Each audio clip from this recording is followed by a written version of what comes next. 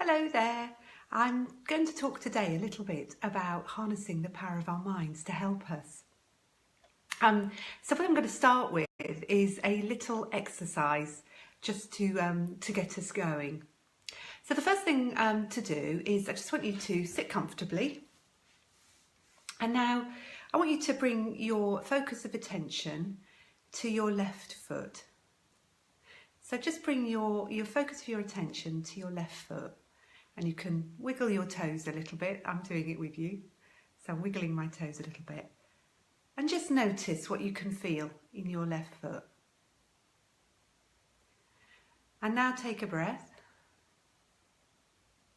And move your attention to your right foot. So again, just wiggle your toes a little bit, the toes of your right foot. What sensations can you feel in your toes? And now breathe out. And now bring your attention to your fingers. And run your thumbs across the tops of your fingers. And just notice the sensations of feeling your fingers with your thumbs. And now breathe out. Now that little exercise is just to demonstrate something.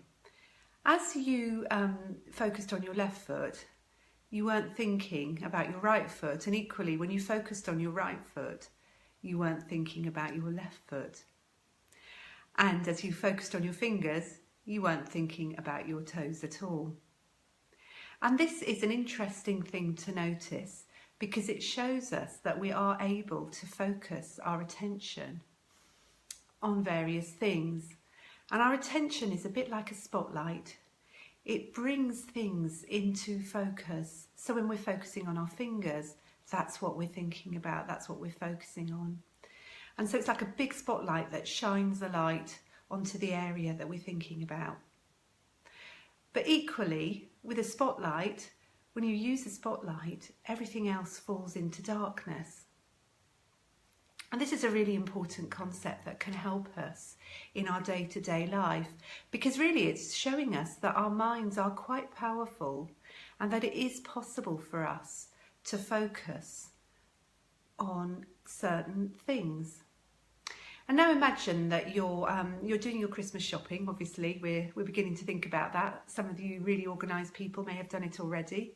I'm somebody, because we've got birthdays in November, I wait until the end of November before I start thinking about Christmas, and then I have a mad dash about the shops. And you know what it's like shopping in December. The shops are absolutely full and you usually have to queue.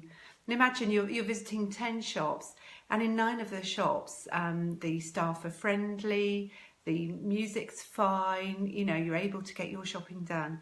And then you go into the 10th shop and the shop assistant just can't be bothered to look up. They're chatting to a friend, and when you clear your throat and indicate that you need to be served, they're sort of, oh, well, I'll be with you in a minute, just wait there.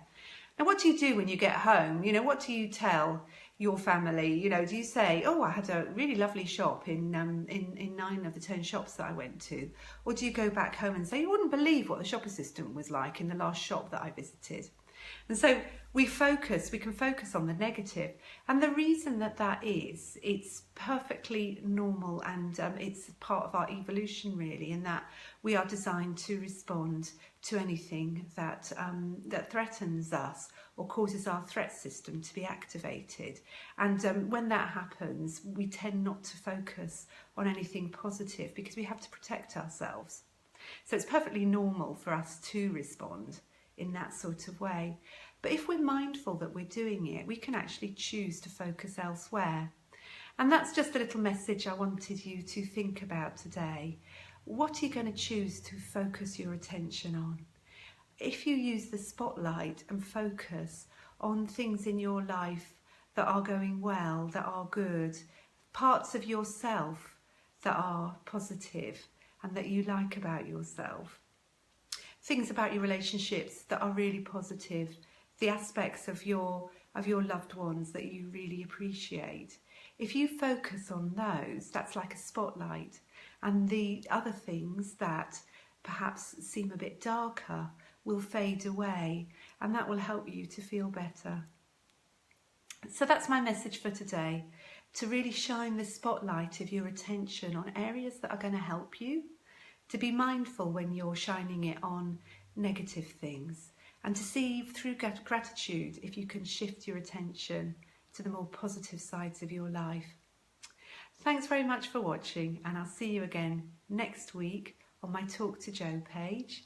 Please remember I am available for face-to-face counselling, and you can contact me if you'd like via the Facebook page. Thanks so much.